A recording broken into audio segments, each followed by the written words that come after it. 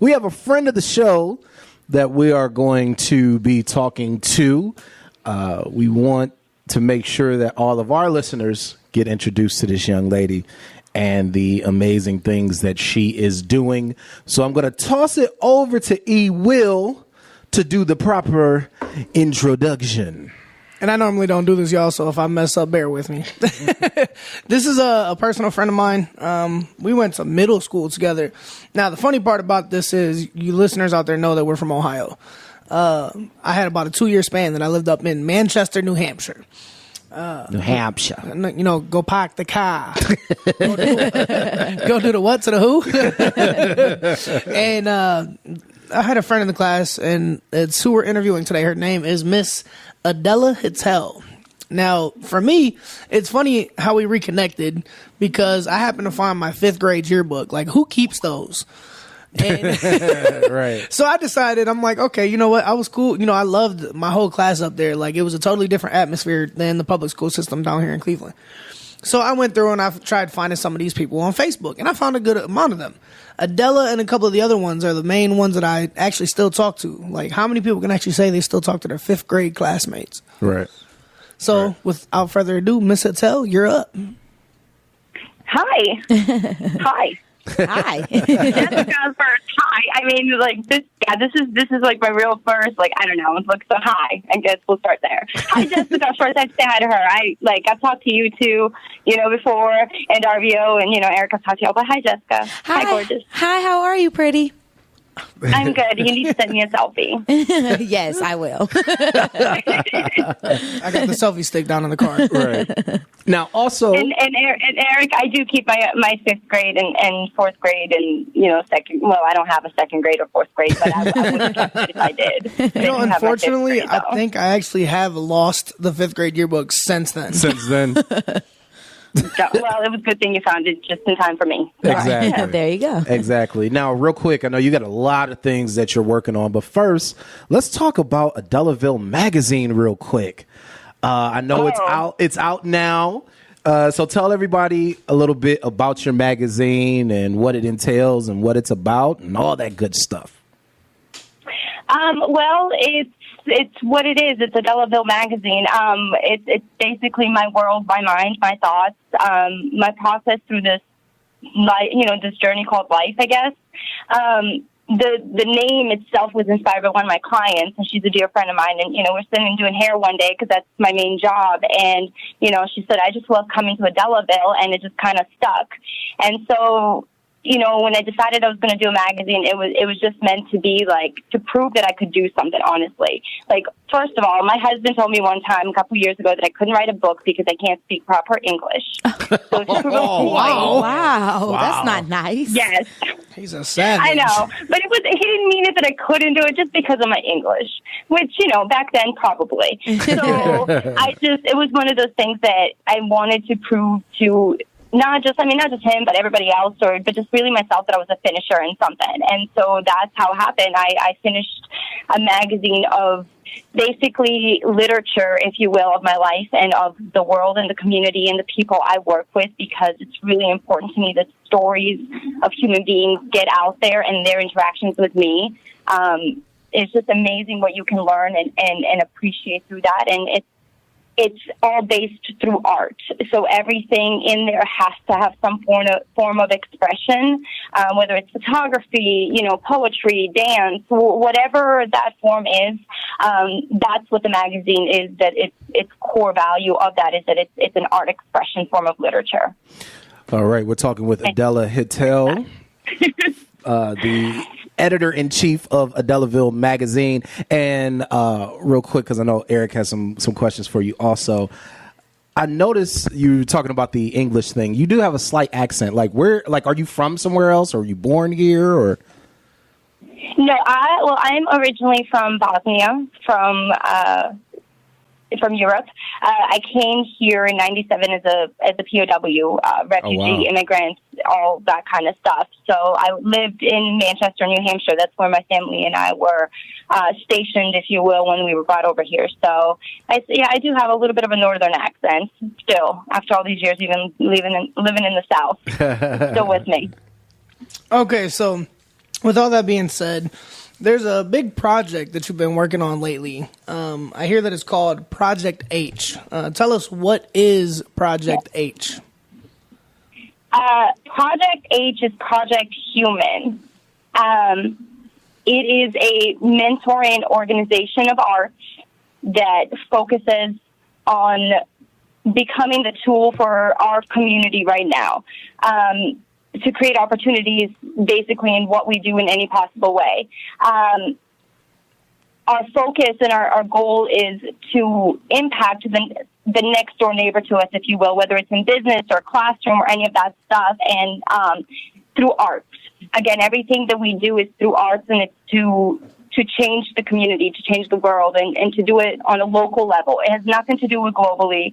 It has nothing to do with trying to get in there and make this huge nonprofit organization of any kind of sense, but to really create a change in the community and to become that model for other cities and other towns, across the nation to do that, because it's really easy to start up something and get the community involved if you have your mindset on it that doesn't require money. I've basically just put on a whole show dedicated to mental health through fashion and art and silent auction involving youth and older people and all of that just by talking. So the whole Project Human, is to start a conversation about that and to become that tool of conversation and means to help people in that way through our community. Okay, really quick before we go to the next question. My apologies, I forgot to inform people where you're located and where you're living at now. So you say in the community and locally. Where is locally for you? Well, right now it is Jacksonville, Florida. My city, well, it's not a little city. It's a big town with little people. It's, down south in Florida. We're in the retirement state, the Sunshine State. There you go. I can't speak English, guys. Right there. All right. So, what made you create Project H, or why did you create it? My son. September, this was before you actually contacted me, but September I was in D.C. and we went in front of the White House. And so my son played on the lawn, not little, but that big lawn, and the sprinklers came on. And the thing he said to me was, "Hey, Mom, the president lives there. This is when Obama was in office." And I was like, "Yeah, he does." And he said, "I'm going to live there one day." And it hit me that I am an immigrant. I am a refugee. I am a prisoner of war, and I have given birth to a first-generation American. And he could be the next president to change the world in the views of how we would want it to be. And so that was a life-changing, 10, 15 minutes of my life to watch that and to hear that, because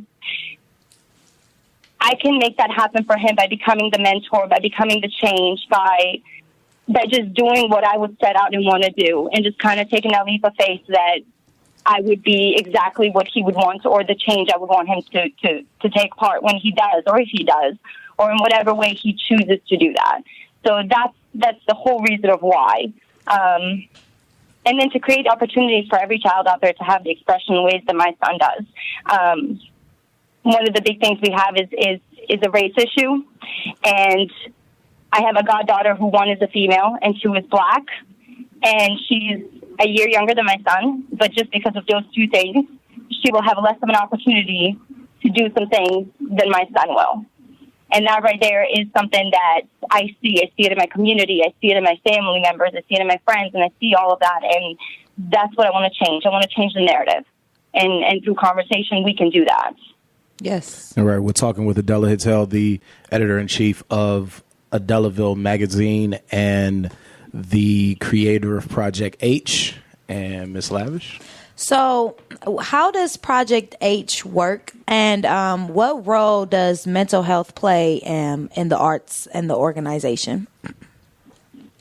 Well, we are basically a community-funded nonprofit organization. So what we do is we pick a classroom or a project or an after-school program or anything that has to do, again, with form of expression or helping the community, and we work with local businesses. So, for example, this year we have the steel band orchestra from one of our local elementary schools, and they're the only steel band here in Jacksonville, and they're the only, there's only, I believe, 15 types of bands of that type here or in the United States or something like that. Mm-hmm. And they need instruments, or they need cases for that, or they need new cabinets that it's not in their budget, it's not in the funding, and they can't raise the money themselves. So what we would do is we would work with local community businesses and get them involved and get that done for them. And the way it plays in mental health is that PTSD is such an important issue and an important topic, mm-hmm. and so are so many other mental illnesses, but the huge topic is PTSD. And so we're going to involve people who are going through some form of mental illness or mental health issue where they have found that a form of expression in an art form is helping them heal. For example, I have a vet who is a fashion designer here. I have a mother who's lost her child to congenital heart failure, within a 2-month period. And so things like that. And they found their way of living and coping and expressing themselves and finding a new to live the next day through art, through fashion. And there's no judgment in that. There's none of that. And so that's how we create and help individually and locally here, by giving these people the opportunity to live out their dreams. Nice. All right. And Adela, we got to go to break real quick, but I got a couple more things that I want to get in detail with you real quick. So do you mind, can you stay around for a little bit longer and we can do one more segment? Sure. We are still here with Adela Hittell, the editor-in-chief of Adelaville magazine and the creator of Project H. And first of all, thank you for sticking around with us, because I did have some other things I wanted to discuss with you. One of the things that I was really curious about, because I heard you mention that you were a refugee. Now, do you have any memory of that experience, for one? This is like a two-part question. Do you have any remembrance of that experience, for one? And two, as I'm sure that you're aware, there's been a lot of talk in the news recently in the last couple of years about refugees and stuff like that. So as a refugee yourself, just talk about your experience and talk about your feelings when you hear people debate over, whether we should let refugees in and all that kind of stuff. Well, I suffer from dissociative brain disorder, which is where your brain basically kind of functions on two separate wavelengths, and so not necessarily cohesively. And so parts of pretty much the first 15 years of my life are kind of just a blank memory. I have been to pieces, but they're not accurate in a sense that the timeline is completely wrong. And as with this project, I'm learning through my mom telling the story of what happened to us and how we got here. It makes sense in some ways and it doesn't. So there's a whole loss of being, in that sense, being a refugee, knowing that you come from somewhere, but you don't really know because you have no visual understanding, which is why art is so important to me in that sense. Right. So that visual representation. But what I will say is that, it's a long journey for me to understand what happened as far as what's going on with the immigration and the laws and the refugees. What people need to understand is, coming from a third world country, coming from a place where you are oppressed by your own government, where the neighbor that you were just literally having coffee with was in your house, was holding your children and you were holding theirs, to have that the next morning their whole village and families are slaughtered by your people, and then for the retaliation, your whole village is, slaughtered and murdered for that, and that's your neighbors because of a government regime, because of what they did. And to have, my family was captured by Muslims and we were put prisoners and tortured and all of that. And we were also one of a few of 86 people in my village and in the surrounding towns that nobody knew were captured, nobody knew existed. And so to learn some of the stories of having people who risked their own lives and risked the lives of others, to save children, to save other people, and then to be in the hands of, and I'm saying this, and I'm only using this word as a description, or, because I don't believe in religion or labels in that sense, but Muslims, if you will, they did that. They did that to us as my family. But from the same family, two brothers, one wanted us dead and one saved our life. Wow. To ever have anybody say that, which is, the spark of this project, to understand the mental capacity of people. But these people come from the same family, whose family was slaughtered that morning, their whole life, their children, women, brothers, sisters, murdered. And yet one has compassion and one wants revenge. And one was set out to kill me and my family just for the revenge, and one was set out to save me and my family. And how could I ever, or how could, again, understanding to put blame or put labels on these refugees or immigrants, or they're Muslim, or they're from this, we can't put labels on that, because that's not what humanity is about.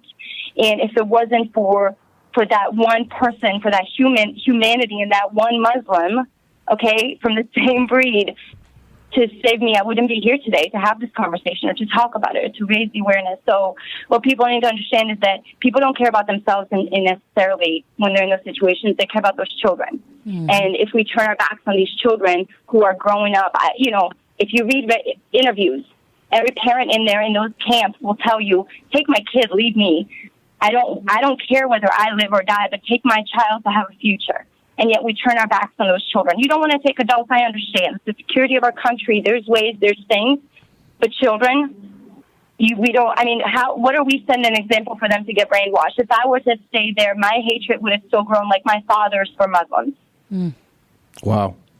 So the mental health part of that is so important for us to understand that our actions and words have such an impact on these children. Absolutely. We're talking with Adela Hittell, the editor-in-chief of Adelaville magazine and the creator of Project H. So for Project H, what is the organization's focus project in the community for the next year? And do you have any upcoming fundraisers? Yes, we have our first debut gala event on July 14th, which is also my 30th birthday. So I'm super excited. I know. I'm hitting like the hill, right?